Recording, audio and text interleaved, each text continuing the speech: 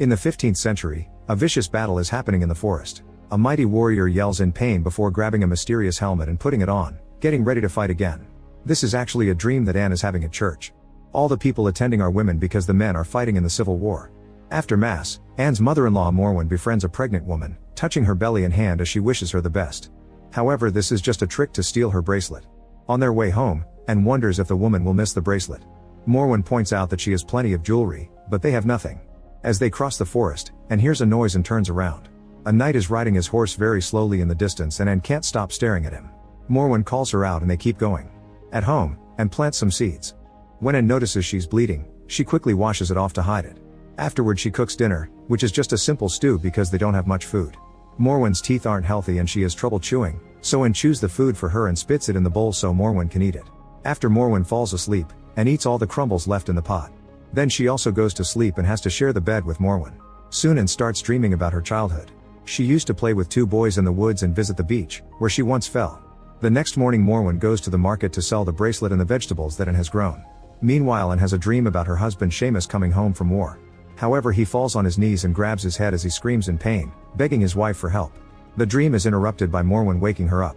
Then Anne gets very happy when she sees that Morwen has brought some food, but when she cuts the onion she discovers it's rotten. After Morwen throws it on the floor, she says she doesn't mind as long as she has Anne, who starts crying. Morwen asks her to have faith. Sometime later Anne goes to the beach to get water and sees a fisherman singing while taking care of his boat.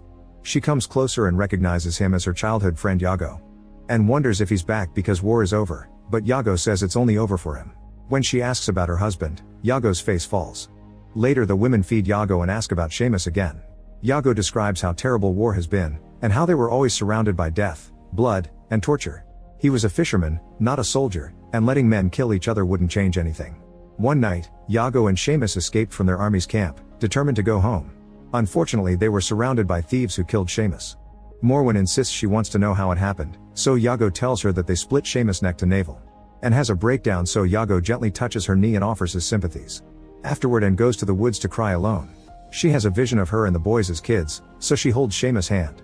Nearby, the mysterious knight is riding again. That night Morwen wonders what will happen to them and leaves the house to deal with her grief alone.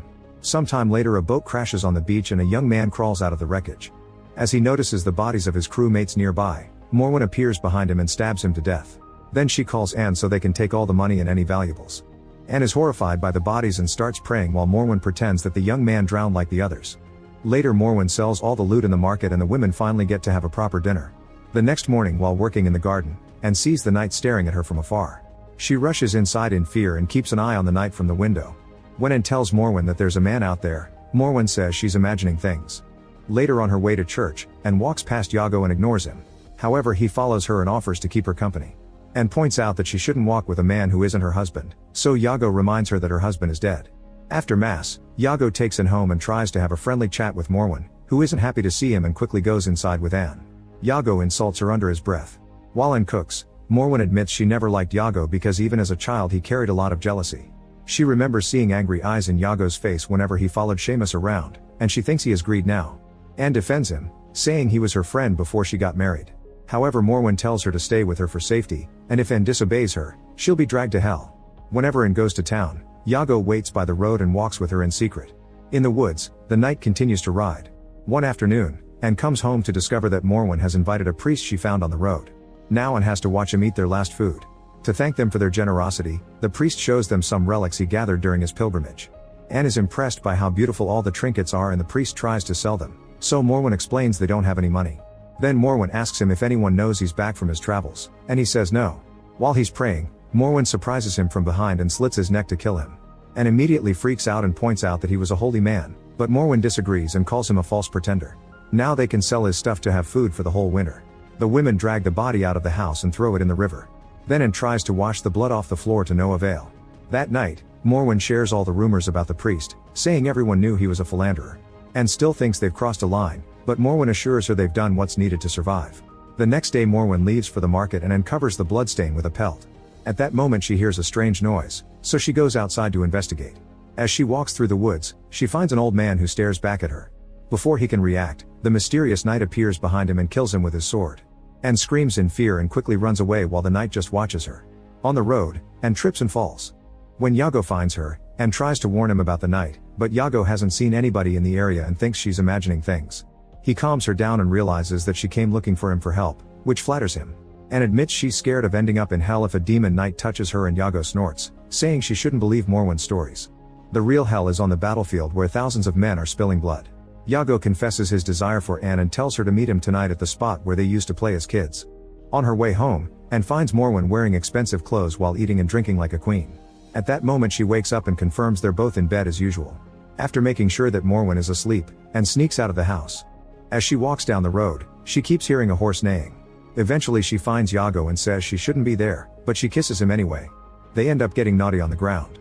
In the morning, Yago asks Anne to come live with him, however, and turns him down, not wanting to abandon Morwen. Yago thinks Morwen will drain her life. Afterward, Anne goes home and sneaks back in bed, but Morwen sees her and asks where she's been.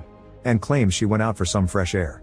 Morwen starts manipulating her by saying she'd die without her because Anne's her guardian angel sent to care for her in her son's absence. She doesn't want to be alone and promises to take care of Anne in return. A few nights later, a traveler is walking down the road with his cart and stops when he finds Anne blocking the way.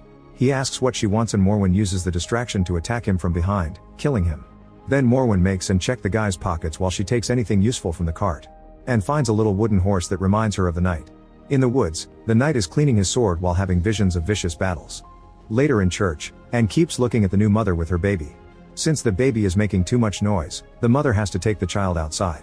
After Mass, Anne gives the wooden horse to the baby. In the afternoon, Yago comes to see Anne, but Morwen goes outside to receive him. Yago admits he's only here for Anne and tries to enter the house, however Morwen keeps blocking him. He then points out that Anne deserves a second chance at having a marriage and kids, but Morwen says those things only brought her grief, so she wants to protect Anne from them. When Yago tries to move again, Morwen threatens him with a knife. Yago yells to tell Anne that he'll wait for her, then he leaves. Morwen goes back inside and finds Anne crying, so she comforts her while reminding her of God's law. Later Anne goes to church and tells Virgin Mary that her heart is torn. She thinks it's unfair that she's left starving for things she can't have. At home, Anne prepares a special tea that makes Morwen sleep very deeply. Then she replaces her conservative hairstyle with something prettier before sneaking out. Anne meets with Yago on the back, and after he shares some stories, they chase each other around like when they were kids. After playing, they get naughty again. At home, Morwen wakes up and discovers that she's alone. She goes outside to look for Anne and hears a horse approaching, so she rushes to hide as she pulls out her knife. Soon the mysterious knight arrives and Morwen notices his coin pouch, which has a flower decoration. The knight touches the door, but he doesn't dare to open it and leaves. Morwen decides to follow the knight and finds him falling on his knees. She's also shocked to see that nearby, Anne and Yago are getting naughty. Then the knight tries to walk away, but he falls again and groans in pain. Morwen takes the chance to stab him from behind, but it's not enough to kill him, so the knight starts crawling away as he struggles to breathe. After the knight rolls down a small hill, he lands on a stream. Morwen quickly rushes to his side and chokes him until he's finally dead. Then she happily takes the coin pouch, only to be distracted by some creepy whispers coming from the knight's helmet. Morwen decides to take it off. The next morning, Anne admits to Yago that she feels guilty about her sinful thoughts. She's envious of the church mother because she also wants a baby and a beautiful necklace, calling it a terrifying greed. When Yago says he can give her that if she comes to live with him, she calls him a greedy man and they get naughty again. A few hours later, Anne arrives home and tries to tell Morwen that she'll live with Yago. At first Morwen ignores her, but when Anne explains herself and points out that Seamus is gone, Morwen grabs her hand and asks her not to say his name. She starts insulting her, telling her she'll burn like a sinner and that when the knights of hell come for her, she'll cheer them on. A terrified Anne runs away and soon makes it to Yago's house. She hugs him as she announces that she won't let Morwen control her anymore. In the middle of the night, Anne wakes up when she hears a noise and is horrified to find the knight in front of her. When he attacks her with his sword, she wakes up for real. Afterward Anne convinces Yago to come to church with her. During the sermon, Yago doesn't pay any attention and keeps yawning. Anne stays in church after Mass to pray and thinks about the day that young Seamus punched young Yago while they were playing on the beach. Yago tells her they should go home, but Anne wants to pray a little longer for Seamus and Morwen. A frustrated Yago reminds her that Seamus died after some soldiers hit him and Anne immediately calls him out, since last time he said Seamus was killed by thieves.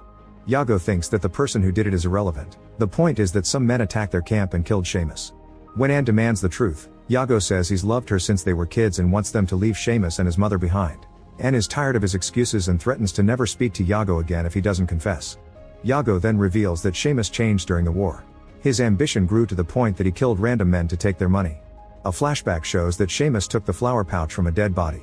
One night after Yago and Seamus escaped the army, they were approached by the mysterious knight. Seamus immediately jumped on the man to fight him, and after exchanging a few blows, Seamus managed to stab him the same way his mother did. However, this wasn't enough, so he stabbed him again multiple times before taking his helmet. Seamus put it on, feeling stronger than ever. After a few seconds, he grabbed his head and yelled in pain. He tried to take the helmet off, but it wouldn't come off, so Iago left him behind. Meanwhile, Morwen has taken the helmet home, but she keeps thinking about what she saw. It turns out that the person under the helmet was Seamus, who started wearing the knight's armor after defeating him and had a completely burned face. This means she killed her beloved son. She let out a noise mixed with laughter and sobbing as she repeated, "You came back to me." At church, Iago finishes his story saying that he didn't have a choice. And thinks Morwen was right, he truly is just a jealous boy.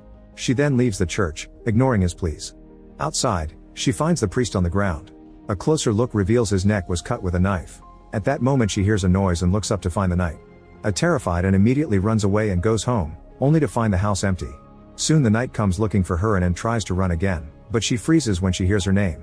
The knight begs her to take the helmet off, and the voice makes her realize this is Morwen. And wonders if her mother-in-law is trying to scare her back into submission, but Morwen only asks her for pity because it hurts very badly. Then Anne tries to take the helmet off and keeps seeing images of Morwen burning. No matter how much she pulls, the helmet won't come off and only makes the pain worse. Next, Anne grabs across from the house and hits Morwen's head with it. The helmet breaks in two and reveals Morwen's face covered in burn marks. Morwen apologizes and begs for forgiveness, so Anne helps her up. On the ground, the two halves of the helmet come together again, and the women see the dark souls of all the people it killed coming out of it. The duo rushes to hide inside the house, and Anne blocks the door with some furniture.